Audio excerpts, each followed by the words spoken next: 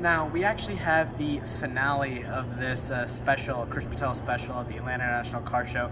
But last is not least. Last is definitely not least in this case. We have all the supercars behind me, so if you want to follow me, let's go check them out. So, we have Vipers galore behind me. We have 1 Viper, 2 Viper, 3 Viper, 4, 5, 6, 7, 8, 9, 10. All increasing from generations. We have the oldest one back there, dating back to the early 1990 era, roughly. All these mainly are from there. So if we take a wrap around, we can check out as they progress through the years. So let's go ahead and check that out. So we have the first example of the Viper ACR right here. Now the ACR basically is the high performance version of the Dodge Viper. We have the SR210 Viper right here. We have one more ACR over there. We have a few more ACR versions of the Dodge Viper back there. It's all really cool. The Viper is one of my favorite cars, so I'm glad to see it here at the Atlanta International Car Show. Behind me is actually the section that was debuted in the Butler Time Wheel section of the Caffeine and Octane video that I did last Sunday. So if you're interested in seeing all those vehicles actually on display at Caffeine and Octane, make sure you check that banner that's going to pop up in your top right hand corner. Follow me, we'll go check them out again, of course. We have a V8 bi-turbo Mercedes-Benz GT convertible. There we have a white example of a Ferrari 488 GT. Here we have an example of the Ferrari F12, I believe, which is really cool, of course. And right there we have a Lamborghini Huracan Spider. If you know me, you know Lamborghini Huracan is one of my favorite vehicles on the road today, so this spec is awesome. Now, here we really have a lot of this to ourselves right now. There is an example of the McLaren, what is this thing, 675 LT, if I'm not sure, 620, my bad, 620 LT is 620R is its name, my bad. So this is a 620R McLaren. I've never actually heard about this one before. It looks like it's based on the 570 platform. Again, I don't know too much about this, but I do see a McLaren Senna seats inside. This looks like a very race car oriented version of the McLaren 570S. So, but yeah, it's painted in the signature McLaren orange. Looks good. Again, this is really pulling at my heartstrings right here. We have a green Lamborghini Huracan Evo. This is my absolute favorite supercar on the road today. Just the V10 noise, the Lamborghini prestige you get with that name. It's all really great. You can take a look at it. This one actually, the funniest thing ever, that, I don't know why they did that. Look closer right there. The axle lifter's on. It should be an embarrassment. Why is the axle lifter up? But it's still Lamborghini Huracan, so excuse that, but, you know, caught with your axle lift up. But it's, you know, it makes it look like it's a lot higher than it is. On this side, we have a brand new 2021 Rolls-Royce Ghost. Of course, it's a really great vehicle. Rolls-Royce is associated with that type of prestige, that type of luxury. And of course, in this beautiful blue paint, it's showing that. Now, of course, it's barred off. Can't show you the inside of the Rolls-Royce Ghost. Of course, I want to show you the Starlight headliner. Maybe if you guys subscribe, I can get one for a review in it. So make sure you subscribe so I can bring a Rolls-Royce Ghost to the channel. Now here we have, of course, you can kind of take a look at that interior right there. It looks good, it looks really tasteful. I don't have any problems with the Rolls-Royce Ghost. It's one of the best looking cars out there. Just, you know, back it up. BMW has done a great job, and if you are interested in any type of Rolls-Royce, this example is available here at Rolls-Royce Motor Cars of Atlanta.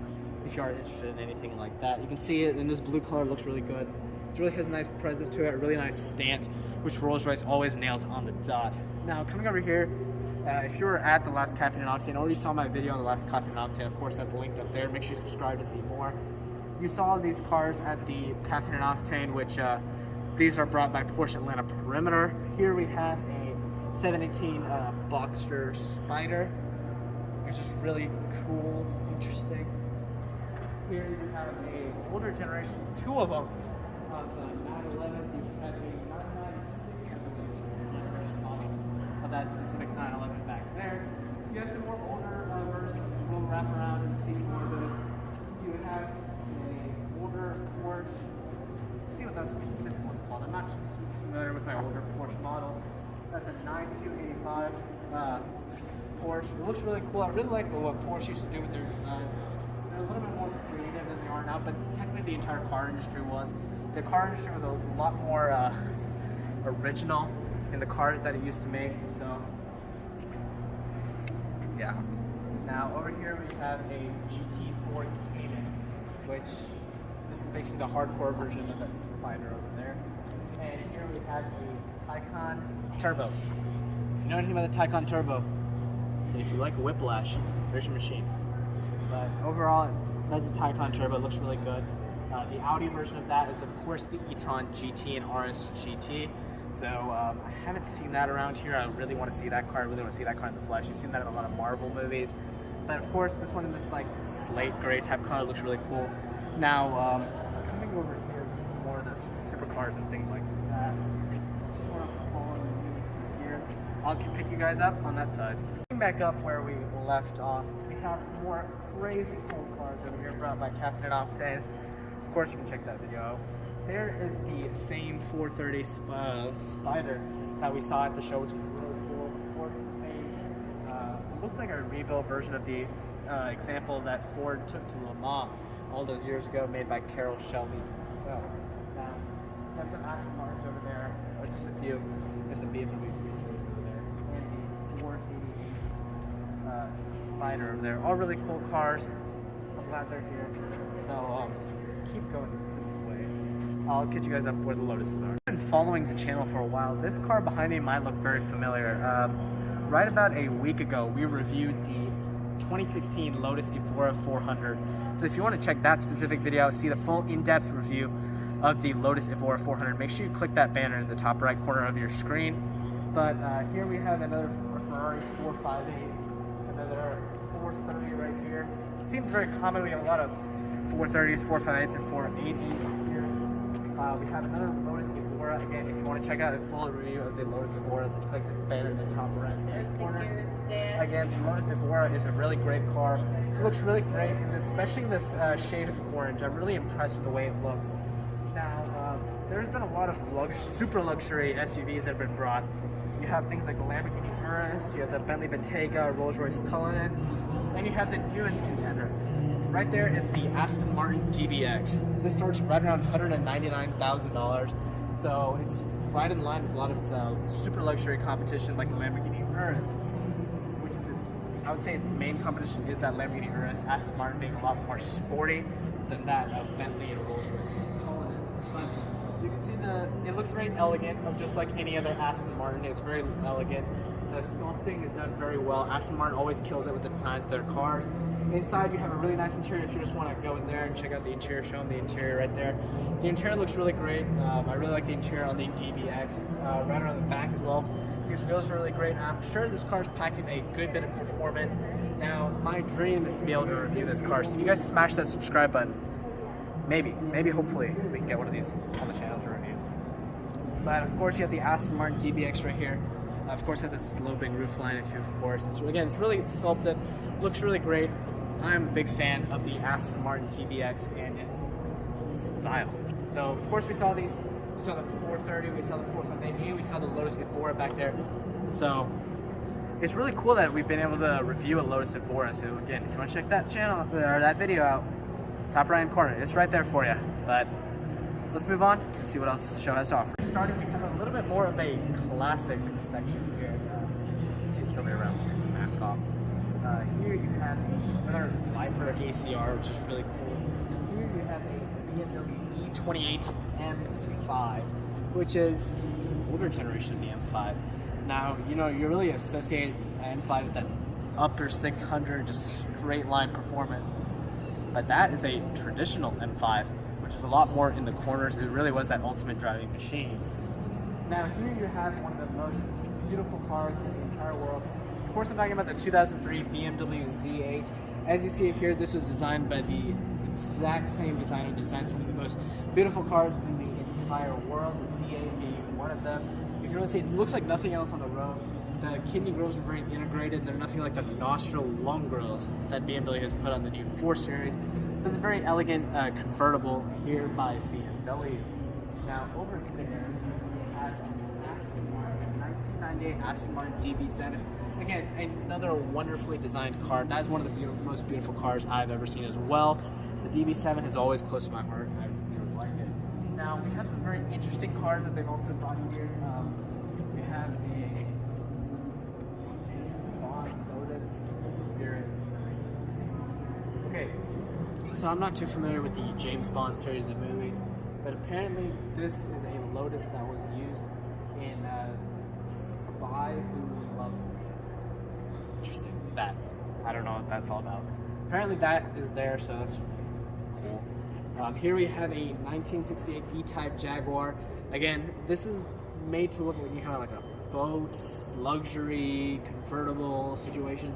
So you can really see that boat element right there. It kind of looks like something that would like dive right through the water, which is really cool, especially in this blue paint. It's not helping itself, kind of looking like a boat. But it looks really elegant. The E-Type, again, a very beautiful car, really sculpted. Again, something that I've really seen is, we'll see in this classic car section behind me, is classic cars used to be a lot more sculpted, a lot more designed. There's a lot more effort into designing one of the classic cars, which I really think manufacturers need to bring back to the table in the modern era. The sections here that they have, here is a 1924 Lafayette Coupe. Now, I'm not too familiar with Lafayette as a brand. I'm not too familiar with older brands in general, but this looks very traditional, very classic car. I mean, you just look at it, cars in that era used to be a lot more sculpted than they are today. And I really wish they would have more of those arches and things like that in modern cars. Here, of course, you have a 1966 Corvette Stingray. Again, that classic Stingray name coming into the new ones, such as the C7 and the C8.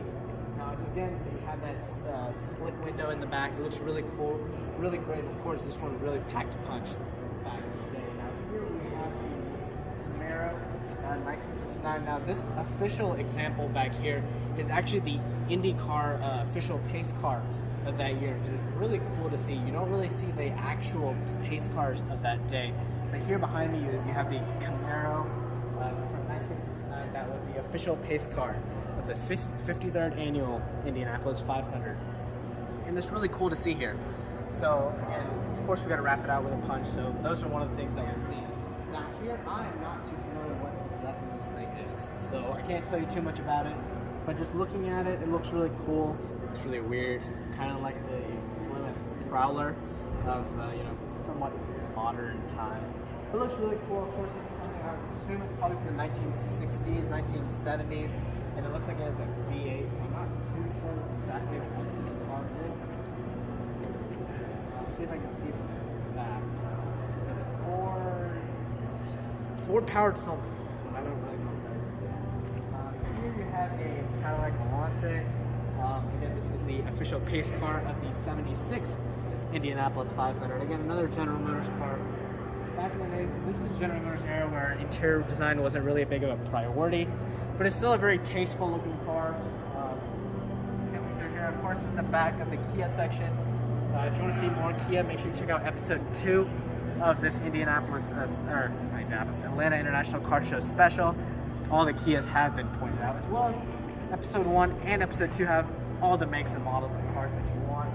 Now, that's not a classic car. I don't know what that's doing with classic cars, but that is a Jeep Gladiator that has been modified through the roof. So yeah, and here, then you have sort of like here you have more older vehicles. Again, I just really like the shape that older vehicles used to have. It looks really good. I'm not too familiar with most of these cars, but there you have a Lotus Elise. I really like the Lotus Elise. Here we have actually a very special car to Mr. Mario Andretti. Here's a Mario Andretti World Champion presentation in Lotus. So, Mario Andretti is the only race car driver in history to win the Indianapolis 500, Daytona 500, and become a Formula One World Champion. So, this is the car that was made in 1978 to commemorate that win. Now, of course, coming over here, you have the Mustang Risto-Mod of 1966. It's basically a classic Mustang that's been, I don't even know what the word for it is, basically boom stuff, is what I'm going to say. There we have a classic beautiful shade of Wimbledon white. Looks great. The classic Mustang is one of the best looking cars ever made, so I'm glad to see it here. I always loved, of course, the original 1960s Mustang. And we have one right there for you. But of course, no show is done without a classic Rolls-Royce Phantom. There it is. That is what the Phantom used to look like. That was luxury back in the day. Now, of course, the Rolls-Royce Phantom is still an example of luxury. That is the ultimate status symbol of that day. Now, before we wrap up this classic car section here, we have an old Ford F100. Now, this is the predecessor to the modern day F-150. Now, speaking of the modern day F-150, if you do want to check out the modern day F-150, make sure you check out episode 2 of the Atlanta International Car Show special. We have a full review of the all-new F-150. Now, coming to the end here, this does conclude episode 3 and all of the episodes of our Krish Patel special here at the Atlanta International Car Show. I hope you have enjoyed this special look at all the vehicles that the manufacturers are bringing for the 2022 model year. I've had a blast showing you guys these. I really hope you enjoy the content.